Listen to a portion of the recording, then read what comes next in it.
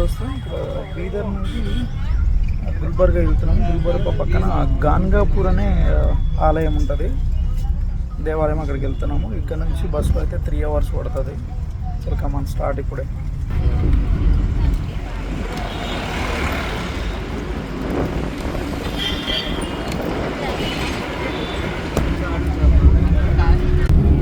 ఇక్కడ మన తెలంగాణలాగా వరి పంటలు, పత్తి పంటలు చాలా తక్కువ. అసలు వాటర్ సోర్సెస్ లేదు ఇక్కడ. ఎక్కువ ఈ చెరుకు, చొప్ప ఇట్లాంటివి పండిస్తున్నారు ఇక్కడ.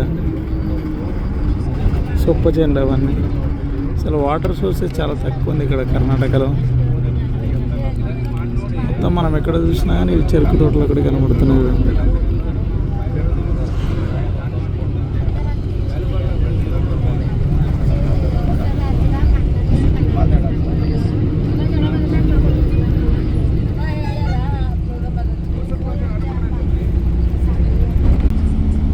కొంచెం చెట్లు, అడవి ప్రాంతాలు అయితే ఎక్కువ కనబడుతున్నాయి ఇక్కడ. మన దగ్గర అయితే ఏమన్నా మొత్తం చెట్లు గిట్లు అన్నీ కొట్టేసి లెవెల్ చేసి చక్కగా ప్లాట్లు చేసి పడేస్తాం, లేదంటే ఇక ఉన్న కాడికి నాటు పెట్టేస్తాం. సో ఇక్కడ అవకాశం ఏం లేదు. సో అన్ని బీడు భూములు ఎక్కువ కనబడుతున్నాయి మనకి. ఇక్కడ ఒక దగ్గర అయితే కంది చేను కనబడ్డది మనకి.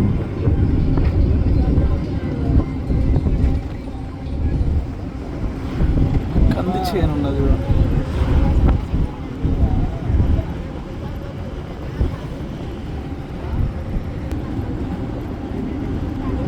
అలా మొక్కజొన్న మొత్తం అంతా బీడు భూమి మొత్తం. అసలు ఈసారి వర్షాలు కూడా ఎక్కువ లేవు అనుకుంటా.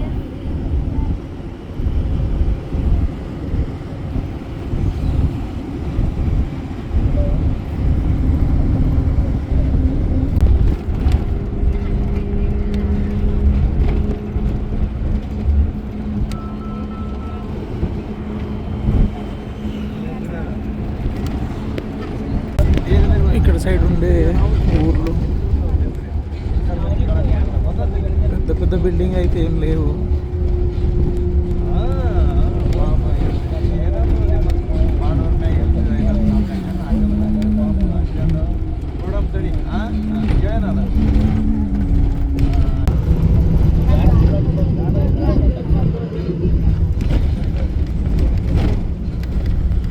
ఇక్కడ కూడా ఒక రియల్ ఎస్టేట్ నడుస్తుంది, ప్లాట్లు చేసేది.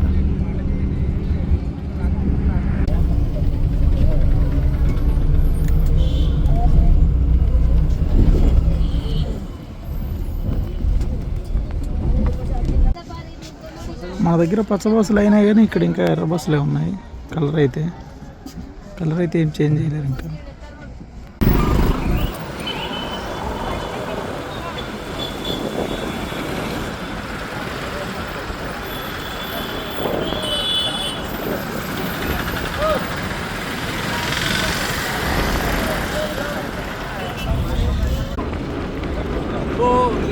वही बोले मतलब अब जुबान से कोई नहीं बोला, मेरे को भी समझ में कोई जुबान से बोलाने के अभी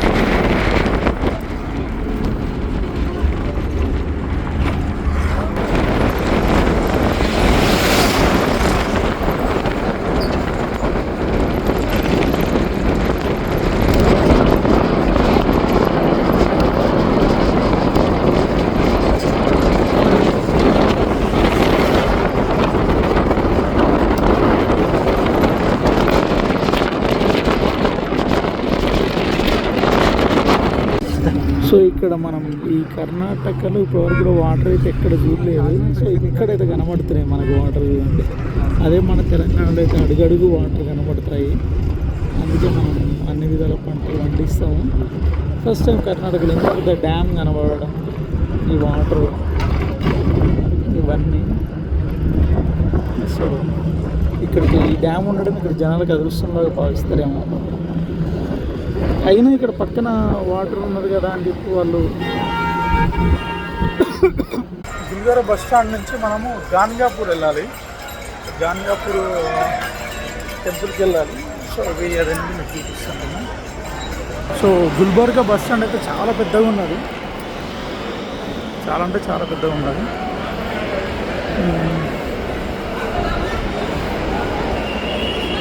ఏనిద్దరు మాట్లాడుతూ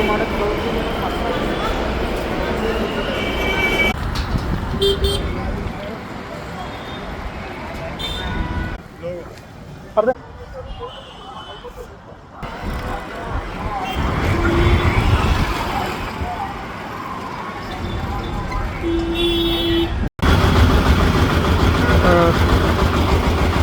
గుల్బర్గా నేమ్ అనేది కాలబుర్గిగా నేమ్ చేంజ్ అయింది. గుల్బర్గా నుంచి స్టార్ట్ అయినాం. కొంత మార్కెట్ నడుస్తుంది చూడండి. గాన్గాపూర్కి అయితే స్టార్ట్ అయినాం. ఇక్కడ నుంచి కూడా బస్సులో ఎక్కినాం. గాన్గాపూర్ బస్ స్టాండ్కి అయితే వచ్చాము. ఇక్కడ నుంచి మళ్ళీ ఆటో పట్టుకొని వెళ్ళాలి. సో ఇక్కడ నుంచి ఆటో అయితే వెళ్తున్నాము. మా దోస్తు ఇద్దరము. గాన్గాపూర్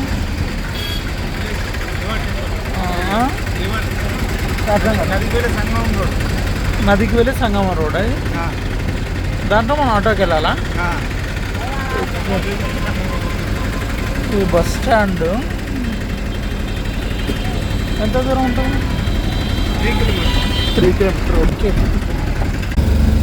సో గైస్ ఇప్పుడు మనం బస్ దిగినాం. బస్ నుంచి ఆటో ఎక్కినాం. ఆటో నుంచి పోతా ఉన్నాం సంగమంకు. అంటే మనం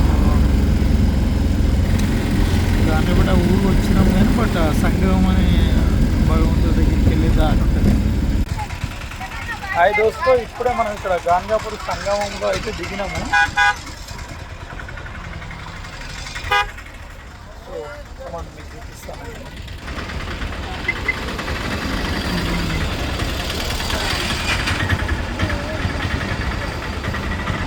ఓ చాలా రష్ అయితే ఎక్కువ ఉన్నది ఇక్కడ.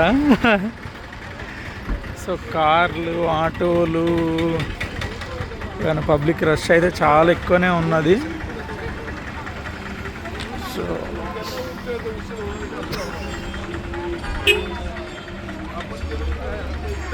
లెట్స్ సీ, చూద్దాం.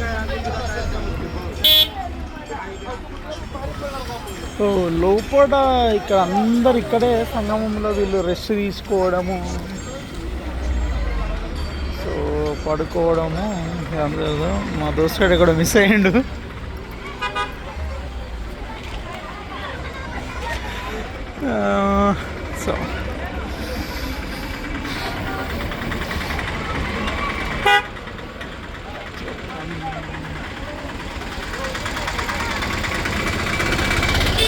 సో ఇది ఇక్కడ అక్కడ గుల్బర్గా నుంచి ఆటో నుంచి ఇక్కడికి రావాలి.